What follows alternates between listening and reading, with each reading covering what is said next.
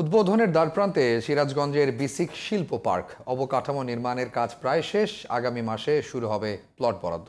প্লটের জন্য আগ্রহ দেখাচ্ছেন দেশের বড় বড় কোম্পানি। প্রকল্প সংশ্লিষ্টরা বলছেন দিনরাত কাজ চলছে।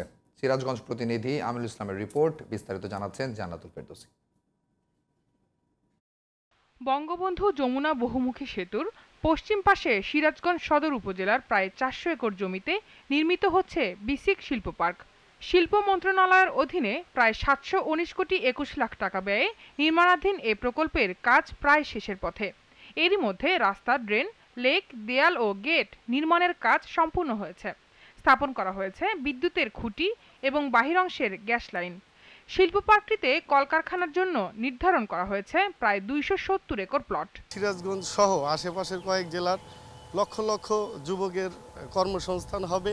এখানেও মিনিমাম ১.৫ থেকে ২ লক্ষ মানুষ কাজ করবে শিল্প পার্কে। এখানে নারী শ্রমিকদেরকে যেন বেশি প্রাধান্য দেওয়া হয়। এই শিল্প পার্ক বাসের জন্য অত্যন্ত গুরুত্বপূর্ণ। স্থানীয় বাসিন্দারা ও উদ্যোক্তারা বলছেন, এখানে শিল্প কারখানা চালু হলে সৃষ্টি হবে বড় শ্রমবাজার। ডে নাইট প্রায় ১৮০০ শ্রমিক মিস্ত্রি এখন আঘাত কাজ করে। আশা করি এ মাসের মধ্যে কাজগুলো শেষ করতে পারবে।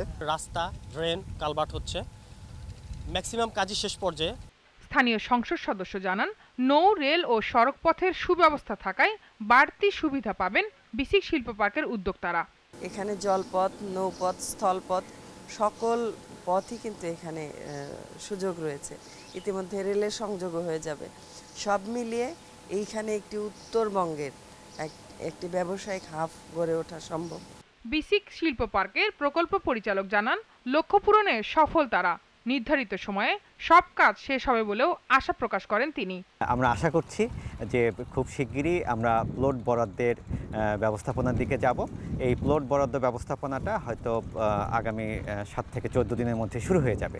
সিরাজগঞ্জের বিসিক শিল্প পার্কের ৮২৯টি প্লটে অন্তত ৫৭০টি ক্ষুদ্র, বৃহৎ ও মাঝারি শিল্প প্রতিষ্ঠান স্থাপনের কথা রয়েছে।